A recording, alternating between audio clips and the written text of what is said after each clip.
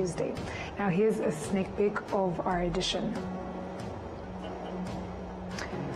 On Tuesday, President Paul Kagame conducted an official working visit to the Arab Republic of Egypt, where he held comprehensive and high-level discussions with his Egyptian counterpart, President Abdel Fattah al-Sisi. Prime Minister Dr. Justin Sengiyumva has urged citizens to increase productivity and protect the infrastructure brought closer to them, assuring them that the government will advocate for measures to further accelerate their development. At the ongoing UCI Road World Championships in Kigali, victory in the junior men's individual time trial went to the Netherlands cyclist Maurice Michiel, who completed the 22.6-kilometer course in 29 minutes and 7 seconds. And on the international scale, in his UN speech on Tuesday, President Trump warned Europe that immigration and climate policies are destroying its heritage and causing an unmitigated disaster.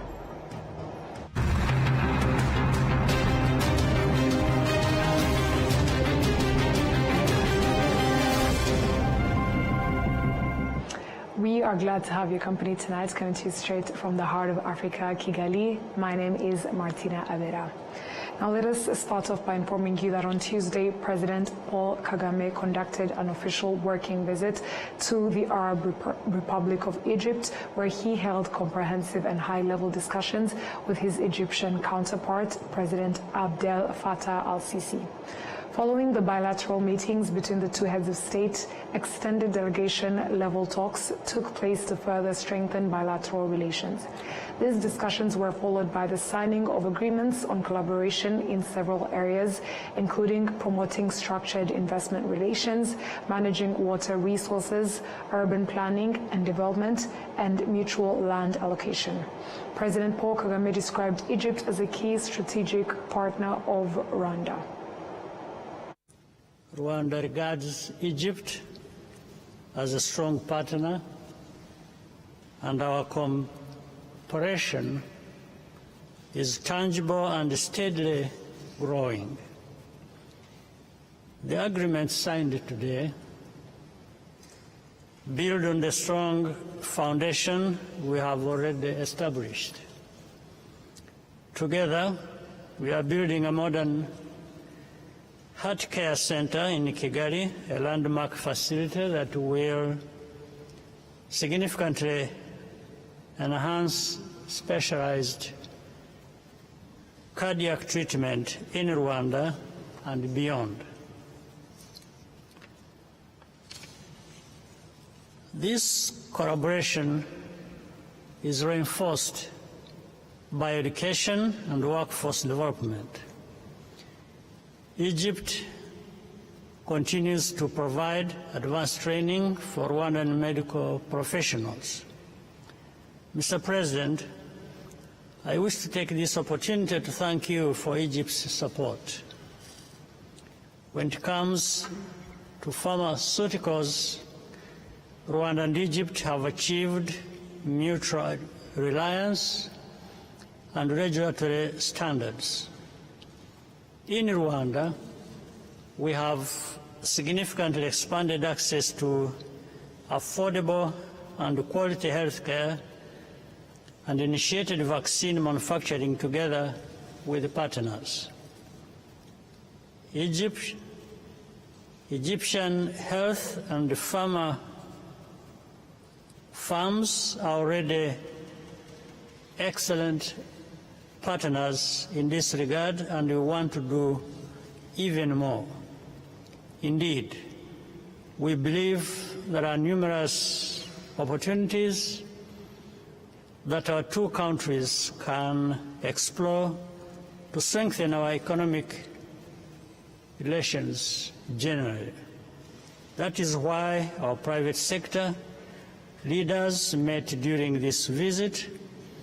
Rwanda and Egypt have a shared interest in food processing, hospitality, and advanced technology, among other areas. Moving ahead, Prime Minister Dr. Justin Nsengiyumva has urged citizens to increase productivity and protect the infrastructure brought closer to them, assuring them that the government will advocate for measures to further accelerate their development. He made these remarks as he concluded a two-day working visit to several districts in Rwanda's southern province. We have more. The sector where modern fish farming technology is used, the Prime Minister Dr. Justin Nsengiyumva was briefed on how fish are bred from fertilized eggs to fully grown fish before being transferred to 35 ponds and eventually delivered to the market once mature. We breed both male and female fish, place them together in a net and allow them to spawn. We then collect the eggs from the net and transfer them to incubators where they remain for 3 to 6 days, depending on their development stage. Once they become fingerlings, we transport them using a fingerling truck and grow them in our cages on Lake Kivu. Inside the cages, we feed them until they reach the appropriate size for harvesting, and then we harvest them. The investment in fish farming, worth over 13 billion Rwandan francs by Kivu Choice Company, operating in Gisagara district and on Lake Kivu, has provided employment to more than 550 people. The work we do here is fish farming, and it has greatly contributed to my personal development. After finishing school, I struggled to find employment, but I was eventually hired here at Kivu Choice.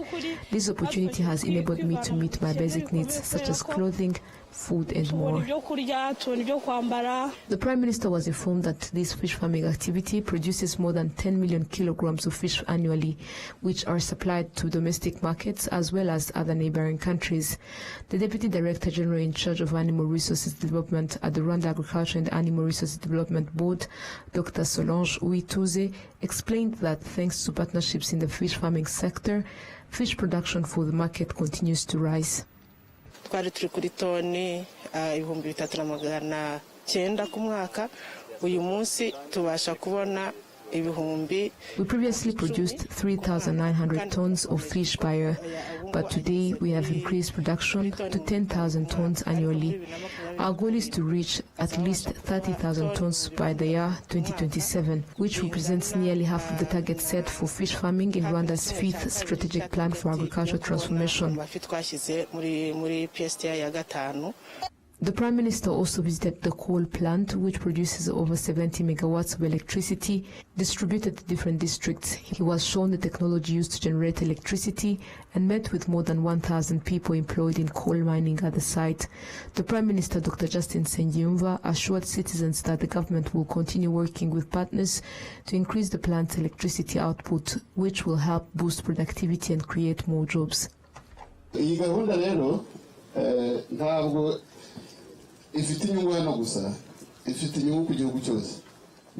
This program does not benefit only this area, it benefits the entire country.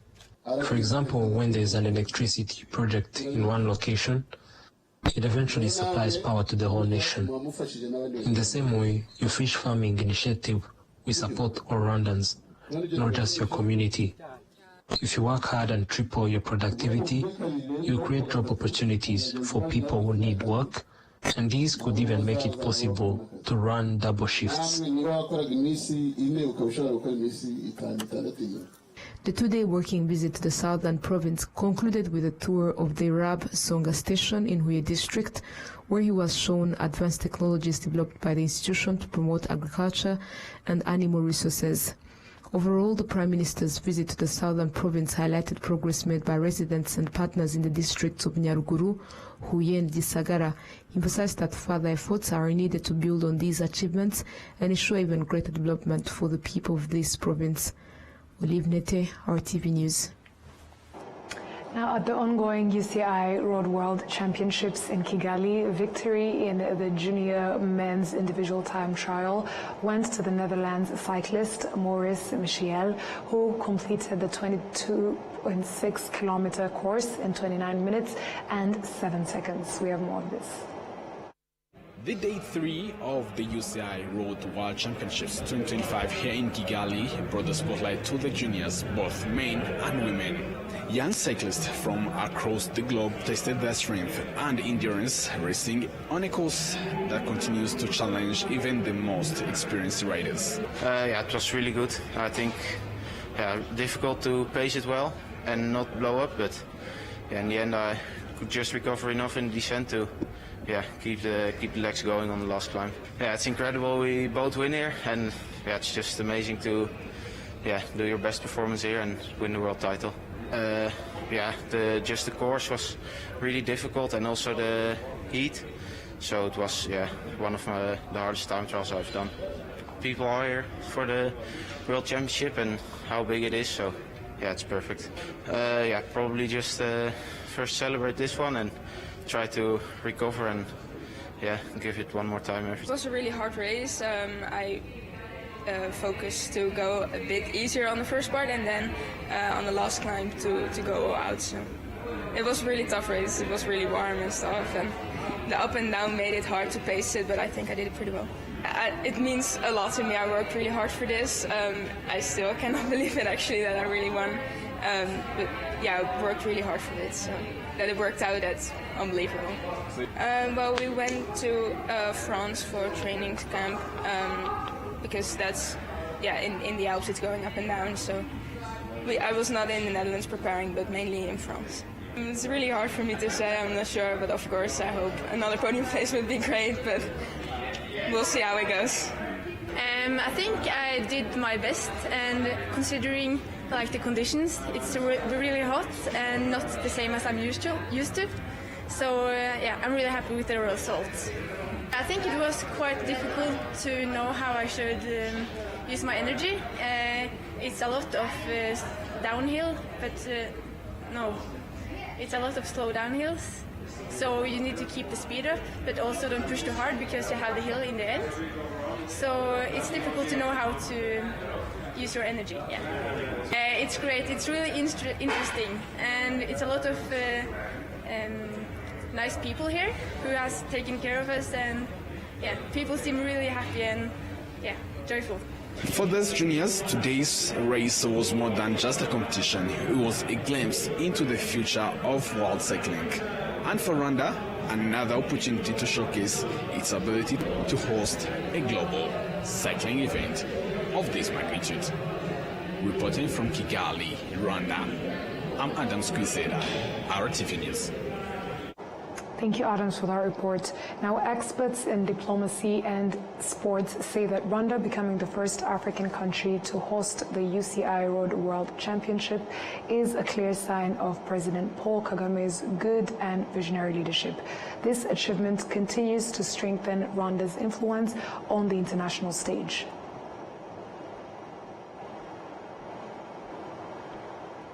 The UCI Road World Championships taking place in Kigali. This is a historic event for Rwanda and Africa as a whole. Umberto, who came representing one of the competing teams, commended Rwanda's rapid development and the government's efforts to invest in sports infrastructure. Other foreign visitors attending the championship for the first time in Rwanda expressed their appreciation for the country's safety and their desire to return. Here is positive. I think that the vibe here with the World Cycling is fantastic.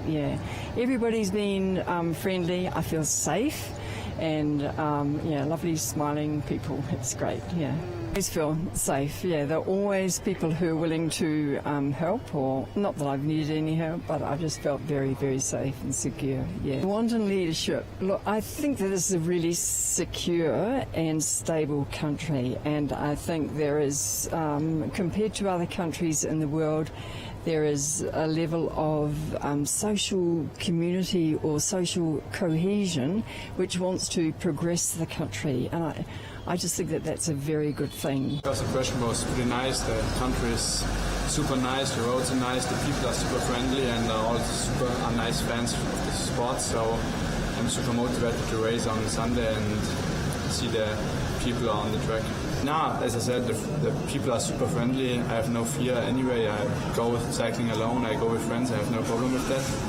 Also, the hotel here is super nice, and as I said, the people are super friendly. Super nice experience, and first time in Africa also for me, and then for the UCI World Championships, also super nice. And I think it's also super nice for the people here to have like a sport event like the UCI World Championships. So I think it's super good for the sport and also for Africa. According to Ambassador Jean-Pierre Karabaranga, a former sports official and former Rwandan envoy to several countries, he believes Rwanda was chosen among all African nations because of its openness, stability, and President Kagame's forward-thinking leadership. During the official opening ceremony, UCI President David Lapartien emphasized that Rwanda's governance and leadership under President Kagame were decisive factors in bringing the World Championships to Africa for the very first time. Rwanda's good governance has become one of the country's strongest assets, earning it respect and influence worldwide, particularly through sports diplomacy. By hosting the UCI Road World Championships, Rwanda has achieved what many thought impossible just 3 decades ago, positioning itself as a trusted global partner and a symbol of progress for Africa. Olive Ntete, RTV News. Now, Rwanda is prepared to continue strengthening its financial credibility on the international stage following its hosting of the UCI Road World Championships, which is being followed by over 330 million viewers from more than 150 countries. Economic analysts confirm that if Rwanda continues to showcase itself internationally in this way, it will help attract further foreign investment and facilitate easier access to international loans. The Road World Championships are currently taking place in Kigali, drawing the attention of Rwandans along the streets of Kigali and others following closely on Rwanda television. Globally, the championship is being followed by more than 700 international journalists from 124 countries. It is broadcast on 80 television channels, watched by over 330 million people.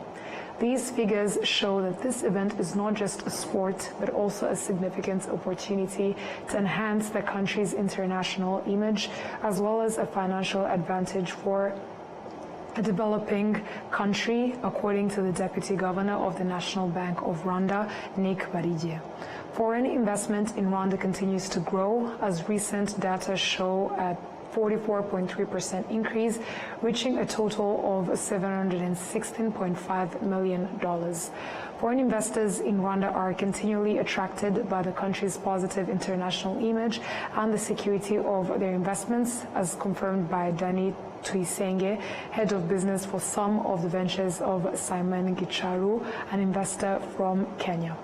Economic expert and analyst Straton Habyarimana explained that hosting international competitions like the UCI events in Rwanda provides opportunities to continue improving the country's credit ratings, attract international investment, and gain global trust. Rwanda hosted the 2025 Road World Championships, and it was also prepared financially with commercial banks and other financial institutions ready to provide services to visitors in the country. Systems were established to facilitate visitors in transferring money using Visa, MasterCard, and Cyrus technologies. Tourist checks are also accepted by these commercial banks, hotels, and the international airport. Visitors' credit cards are also accepted for services in hotels, restaurants, and shops. Now, some residents have decided to pause their daily activities for a week to support both Rwandan and international cyclists participating in the Road World Championships currently taking place in Kigali, to show the world that Rwanda is a well-governed country with full security. It is an extraordinary week that will remain memorable in the hearts of Rwandans and their friends around the world. This is the first time in the history of the Road World Championships that the event is being held on the African continent, and it has energized Rwandans in a way rarely seen in other international popular sports. This initiative is said to aim at demonstrating to the international community Rwanda's level of hospitality and showcasing a governance system that prioritizes the well-being of its citizens. During the first 3 days of the Road World Championships in Kigali, the streets used for the race have been filled with crowds of people from different areas coming to cheer, forming groups of supporters filled with enthusiasm and unity. Based on Rwanda's preparations for this cycling championship, UCI Director General Amina Lanaya stated that African countries should learn from Rwanda if they wish to develop cycling on the continent.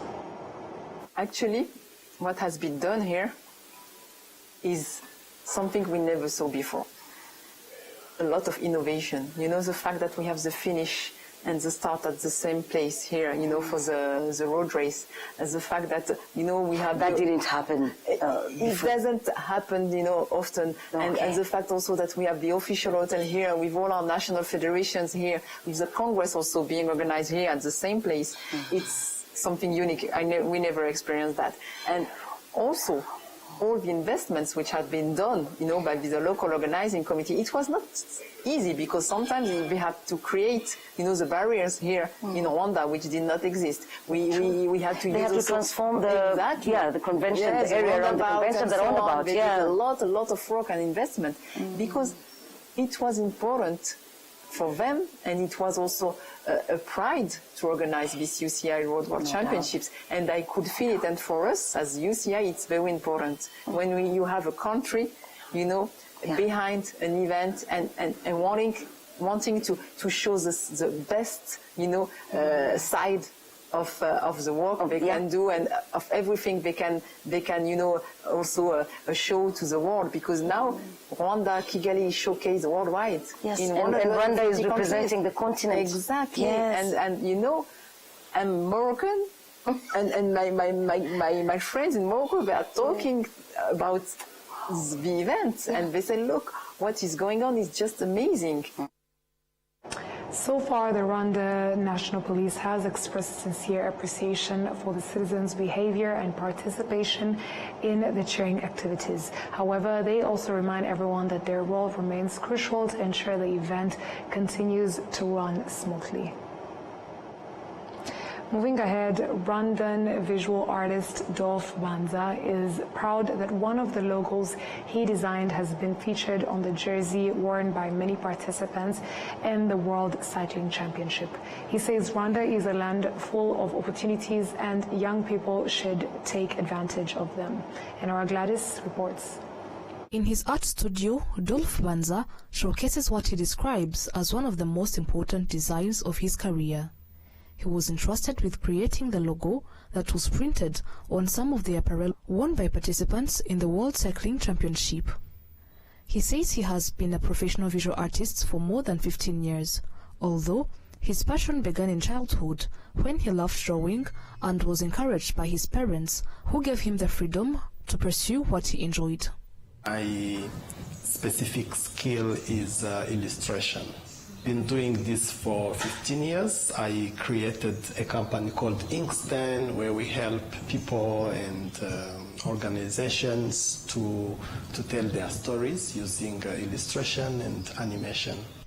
In his various artworks, Dolph Banza highlights that he focuses mainly on themes that portray Rwanda's beauty as his unique touch.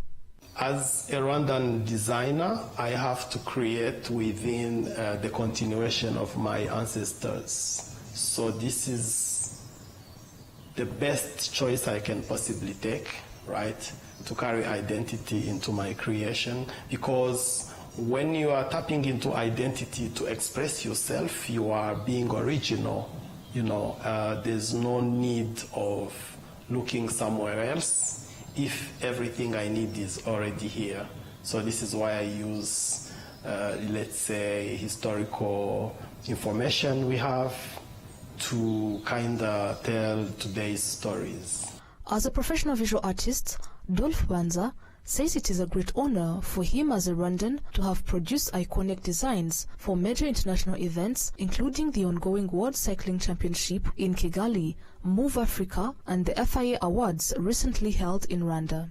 Living in Rwanda today is amazing because there's so much going on, you know, international events, a lot of things going on. It's like we are in time lapse. It's fast progress. So for a designer or any other practitioner, this is the moment to, you know, really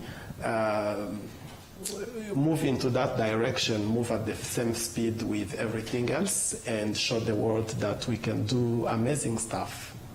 So there's never been a better time to be a Rwandan, and even more to be a Rwandan designer. I feel gratitude before pride, but of course, you know, as someone who is passionate about illustration, and, you know, for years, I've done this before I even started school. So, yeah, of course it means something. This is everything I've been working on, you know, finally coming to place and showing people what I can bring, you know, my contribution to the building of the nation. He further notes that young people should dedicate enough time to learning and focusing on what they love to do, as this can help them grow in their career. Young designers, I would say discipline, hard work, but also curiosity. You have to look into so many other topics and let your design skill be the language which express everything else that you like. The cycling jersey, designed by Rwanda in collaboration with Italian company Santini, is being sold at between €50 and €150, the equivalent of 85,000 to 200 Rwandan francs. The jersey will serve as a souvenir marking Rwanda's first ever hosting the World Cycling Championship in Africa. Enora Gladys, RwandaTV News.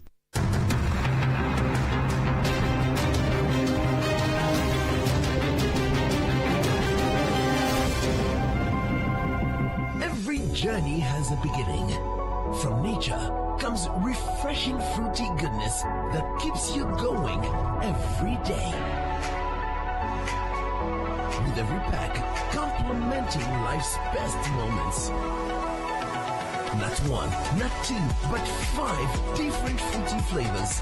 And this journey keeps giving. Introducing Inyange's new fruity juice flavors, guava and cocktail.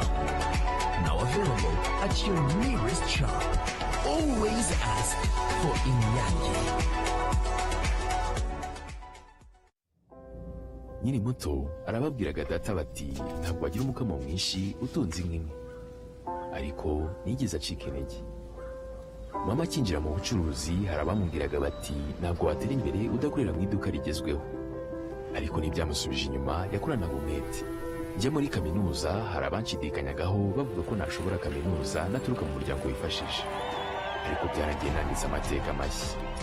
Igihe cyo gutera ishema umuryango wanjye kigeze, bamwe bakomeje kumbwira bati ntabwo watera umuryango wawe ibyishimo n'ishema, ariko narabishoboye. Hari abakekaga ko nasigira umurage ukomeye abankomokaho, ariko ubu mfite uruganda rutunganya amata. Banki ya Kigali yabaye umufatanyabikorwa wanjye mu rugendo rwose, inzozi zanjye ziba impamo. Bigereho.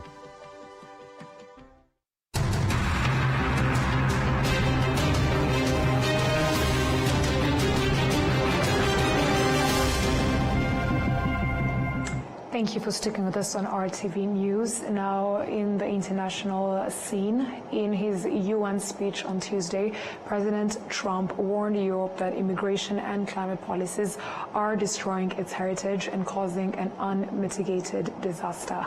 Euronews with more. US President Donald Trump warned Europe migration was destroying their countries, said he solved 7 wars worldwide, and suggested he win a Nobel Peace Prize in a long, winding speech delivered at the 80th session of the United Nations General Assembly. We've collected some of the highlights here.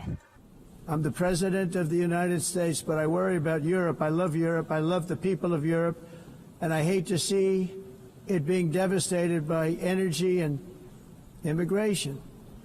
This double-tailed monster destroys everything in its wake, and they cannot let that happen any longer. You're doing it because you want to be nice, you want to be politically correct, and you're destroying your heritage. Trump also claimed he solved 7 long-time wars across the globe. Likewise, in a period of just 7 months, I have ended 7 unendable wars. They said they were unendable. You're never going to get them solved. Some were going for 31 years, 2 of them, 31, think of it, 31 years. One was 36 years. One was 28 years. I ended 7 wars. mentioning names. I see it, and I can call. Elsewhere, he suggested he should win the Nobel Peace Prize. By a force of illegal aliens, like nobody's. Everyone says that I should get the Nobel Peace Prize for each one of these achievements. But for me, the real prize will be the sons and daughters who live to grow up with their mothers and fathers, because millions of people are no longer being killed in endless and unglorious wars. To stay this way, every sovereign nation. But he saved some of his harshest criticism for the United Nations itself. As we do now, and to limit the. Not only is the UN not solving the problems it should, too often, it's actually creating new problems for us to solve. The best example is the #1 political issue of our time, the crisis of uncontrolled migration. It's uncontrolled. Your countries are being ruined. The United Nations is funding an assault on Western countries and their borders. This was a humanitarian act for all. Now, this summer has seen a devastating spate of wildfires across many parts of Europe. While the worst fires have been extinguished, the affected areas now have to deal with the damage caused. The country that suffered the most this summer in terms of land burned is Spain. BBC with the details. The worst summer of wildfires in 3 decades. Nearly 1% of Spain's total surface area was burned in just a few weeks. Here, in the rural province of Zamora, the impact has been devastating. Now, those affected are gauging the damage. José Antonio Bruña, a local beekeeper, was relatively lucky. The fire stopped just meters short of his 1,500 beehives, but the burned fields nearby mean his bees now lack much of the flora they need to survive. And because his beehives were not destroyed, he's not able to claim insurance. Estimo que sobre el 50% de merma de producción. I estimate that my honey production for this year has been halved. And I think it's going to take another 2 years for the flora that my bees need to grow back again. Tourism, which represents 13% of national GDP, has been severely affected by the wildfires. This lake, which is a major attraction for visitors, was closed down as the fires approached in the middle of last month. En agosto, esta zona turísticamente está. In August, this area was at full capacity in terms of tourism and people who have second homes here. And then, on August 18th, it dropped down to 10%. Since we arrived here at this lake, a new fire has started behind us. Now, nearly all the major fires here in Spain this summer have been in the vast, sparsely populated rural areas of the country, like here in the northwest. People who live in these areas have long complained of an abandonment on the part of the central and local authorities, which they say has had huge economic repercussions. Although the summer has ended, the fires continue, albeit smaller ones, like here in the farming town of Castromil. It's hard enough as it is to survive because of the price of animal feed and fuel. Every day it's more difficult for farmers to get by. And then, on top of that, this happens. One farmer we spoke to has had to put down 11 cows which were badly burned recently. A farmers' association has estimated that losses in the sector across the country this summer amount to at least 600 million euros because of animals killed and land and property destroyed. This fire was brought under control, but now Spain is counting the enormous cost of a disastrous summer. Guy Hedgecoe, BBC News, northwestern Spain. And that BBC story marks the end of our bulletin. But before we wind up, let's have a recap of our headlines. On Tuesday, His Excellency President Paul Kagame conducted an official working visit to the Arab Republic of Egypt, where he held comprehensive and high-level discussions with his Egyptian counterpart, President Abdel Fattah al-Sisi. Prime Minister Dr. Justin Sengiumba has urged citizens to increase productivity and protect the infrastructure brought closer to them, assuring them that the government will advocate for measures to further accelerate their development.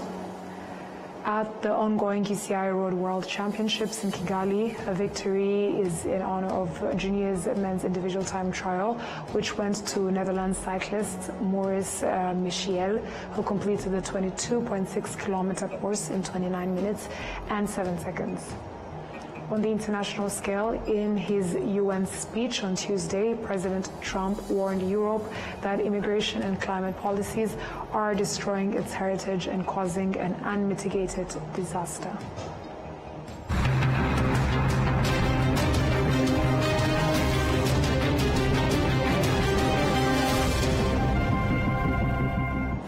And on that note, on behalf of the news production team as well as the technical team, thank you for sticking with us on RTV News as we delivered you tonight's English Bulletin. My name is Martina Avera, and as we will get back to it, stay safe and have a good night.